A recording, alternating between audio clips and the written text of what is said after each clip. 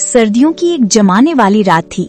हवा ऐसी चल रही थी जैसे कांच की सुइयां बदन में चुभ रही हों। पूरा गांव गहरी नींद में डूबा हुआ था, मगर एक छोटी सी कच्ची झोपड़ी से धुआं भी उठ रहा था और खुशबू भी। ये वही झोंपड़ी थी जिसे गांव वाले तारा की रसोई कहते थे। इस रसोई की मालकिन थी रामकली, एक बूढ़ी, मेहनती, कमजोर सी मगर साफ नियत रखने वाली नेक औरत। उसके हाथ की साग में ऐसा स्वाद था कि लोग दूर दूर से सिर्फ एक कटोरी साग खाने चले आते। रामकली का एक ही सहारा था, उसकी बेटी तारा।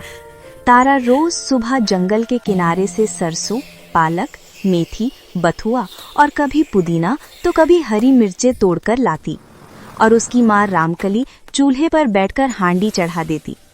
चूल्हे के नीचे लकड़ियों के जलने की आवाज, ऊपर साग के खुशबू, यही उनकी जिंदगी थी, यही उनका सहारा था। रामकली के घर के सामने ही एक औरत रहती थी, कमला। कमला के दिल में जलन की आग दिन ब दिन बढ़ती ही जा रही थी।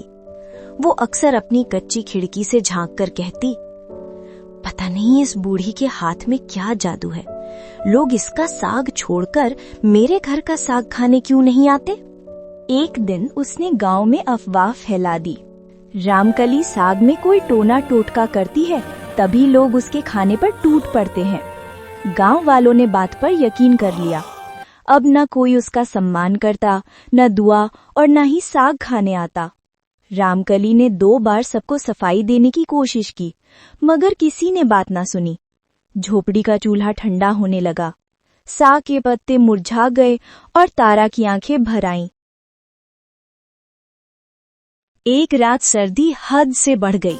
दोनों माँ बेटी हांडी के पास बैठी थी कि दरवाजे पर दस्तक हुई। एक अजनबी फटे हाल मुसाफिर कांपता हुआ खड़ा था। बोला, माताजी, कुछ खाने को मिल जाए, 2 दिन से कुछ नहीं खाया। बेटा, भूखे को दरवाजे से नहीं लौटाते।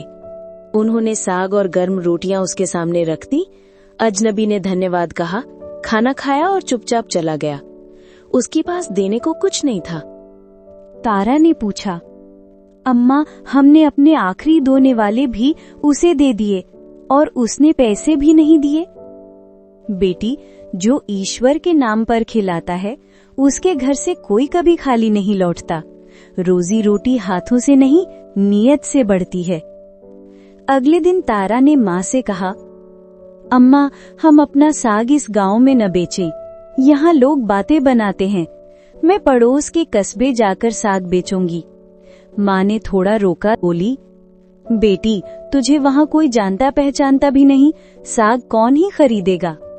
मगर तारा ने हिम्मत नहीं हारी। वो मिट्टी के बर्तन में गरम साग और ताजा रोटियां रखकर कस्बे की तरफ निकल पड़ी। पहले लोग यूं ही गुजरते रहे। फिर एक बूढ़े ने पूछा, बेटी, क्या बेच रही हो। तारा ने डरते डरते कहा, साग, अम्मा ने बनाया है। बूढ़े ने खाया। पहला निवाला लेते ही उसकी आंखें चमक उठीं। अरे, ये तो बरसों पहले का देसी स्वाद है। बेटी, 1 कटोरी साग कितने का दोगी। उसके बाद लोग खिंचे चले आने लगे। कस्बे में खबर फैल गई, एक लड़की साग बेचती है, मगर ऐसा साग कहीं नहीं मिलता। सच्चाई का पर्दा उठ गया। कुछ ही दिन बाद कस्बे का एक सम्मानित व्यक्ति गांव आया और सबके सामने बोला, मैंने इस लड़की का साग खाया है। इसमें टोना टोटका नहीं, मेहनत की गर्माहट है, दुआ की खुशबू है। तुम लोगों ने नाहक एक नेक औरत पर इल्जाम लगाया। गांव वालों के होश उड़ गए। सब लोग रामकली के घर दौड़े आए। दरवाजे पर हाथ जोड़कर कहने लगे, बहन, हमें माफ कर दो, हमने आपके साथ बहुत गलत किया। रामकली की आंखें भर आईं, मगर उन्होंने कहा, मैंने कब किसी के लिए बद्दुआ की। भगवान सबके नसीब अच्छे करे। अब साग वाली रसोई फिर से आबाद हो गई। चूल्हा जलने लगा, धुआं उठने लगा और सरसों के साग की खुशबू पूरे गांव में फैल गई। Please like and subscribe my channel.